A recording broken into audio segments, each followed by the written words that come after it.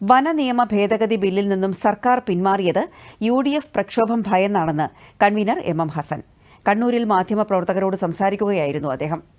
PV Anwar MLA സ്ഥാനം രാജിവെച്ചതുകൊണ്ടാണ് സർക്കാർ വനനിയമ ഭേദഗതിയിൽ നിന്ന് പിന്മാറിയത് എന്ന കാര്യം അൻവറിന്റെ മാത്രം അഭിപ്രായമാണെന്നും MM ഹസൻ പറഞ്ഞു. ഭേദഗതി ബിൽ പിൻവലിക്കും എന്ന് പ്രഖ്യാപിച്ചു. അത് UDFന്റെ മലയോര സമര പ്രഖ്യാപനത്തിന് തൊട്ട് പിന്നാലെ 2 ദിവസം കഴിഞ്ഞപ്പോഴാണ് ഇത് പിൻവലിക്കാൻ നിർബന്ധിതരായതാണ്.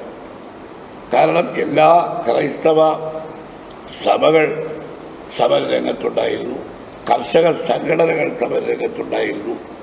രാജ്യത്തെ എല്ലാ പ്രസ്ഥാനങ്ങളും ഒറ്റക്കെട്ടായി ഈ നിയമം ഇത് കരിനിയമമാണ്, ഇത് പിൻവലിക്കണമെന്നാവശ്യപ്പെട്ടിട്ട് അന്നൊന്നും അനങ്ങാതിരുന്ന ഗവൺമെൻറ് ഇപ്പോൾ സത്യത്തിൽ ഇത് പിൻവലിക്കാൻ നിർബന്ധിതമായത് ഞങ്ങളും അതുപോലെ എല്ലാ സംഘടനകളും ഈ കാര്യത്തിൽ രേഖാമൂലം ആവശ്യപ്പെട്ടാൽ പാർട്ടിയിൽ ഉൾപ്പെടുത്തുന്ന കാര്യം ചർച്ച ചെയ്യുമെന്നും MM ഹസൻ വ്യക്തമാക്കി.